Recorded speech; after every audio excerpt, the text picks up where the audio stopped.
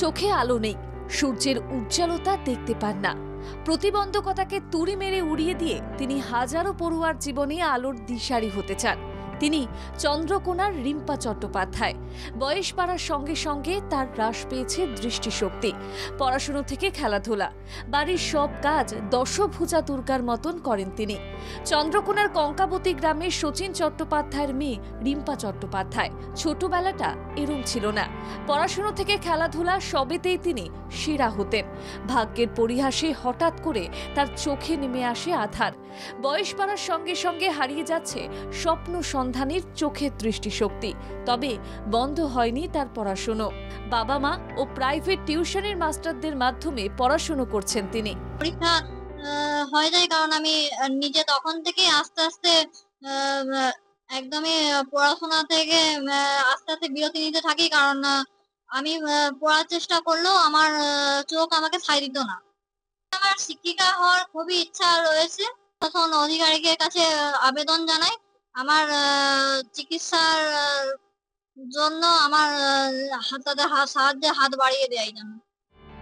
তার বাড়ির লোকজন জানিয়েছেন ছোটবেলায় এইরকম অসুবিধে ছিল না। 4 বছর বয়সে সমস্যার কথা জানতে পারা যায়। তারপর রিম্পাকে নিয়ে পরিবারের লোকজন বিভিন্ন জায়গায় ছোটাছুটি করেন তার চিকিৎসার জন্য। ছোটবেলার মতো এখনো তার পড়ার টেবিলের সামনে রয়েছে এক গুচ্ছ বই। চোখে দেখতে না পেলেও মলাটবন্দি বইয়ে হাত রেখে ভবিষ্যতের ঠিকানা তৈরির স্বপ্ন দেখেন তিনি। বাবা মা ও গৃহশিক্ষিকার সাহায্যে শ্রবণ শক্তি মনে রাখার চেষ্টা করেন রিম্পা দেবী। এভাবেই চলছে তার পড়াশুনো। হুগলি জেলার অঘোর কামিনী প্রকাশচন্দ্র মহাবিদ্যালয় থেকে স্নাতক স্তরে ডিগ্রি নিয়ে পাশ করার পর জীবনের বৃহত্তর প্রেক্ষাপটে জ্যোতিষ্ক হওয়ার লড়াই লড়ছেন তিনি। 4th সেম পর্যন্ত নিজে নিজে পড়াশোনা করেছে। তারপর আমি এবারে পড়াতে আরম্ভ করলাম। ও বললো, মা আমি আর দেখতে পাচ্ছি না, বলে এবারে আমি পড়াতে আরম্ভ করলাম।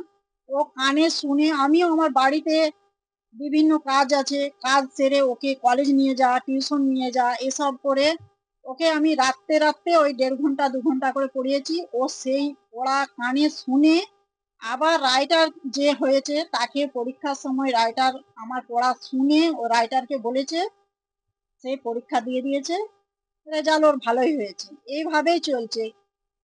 আমি প্রশাসনের কাছে চাচ্ছি যে প্রশাসন ওর দিকে একটু সাহায্যের হাত বাড়াক। আরও পড়াশুনো করে তিনি শিক্ষিকা হতে চান। জেদার মনের ইচ্ছে নিয়ে এখন হাজার হাজার পড়ুয়ার জীবনে আলো জ্বালানোর জন্য কঠিন লড়াই লড়ছেন চন্দ্রকোনার এই দৃষ্টিহীন মেয়েটি।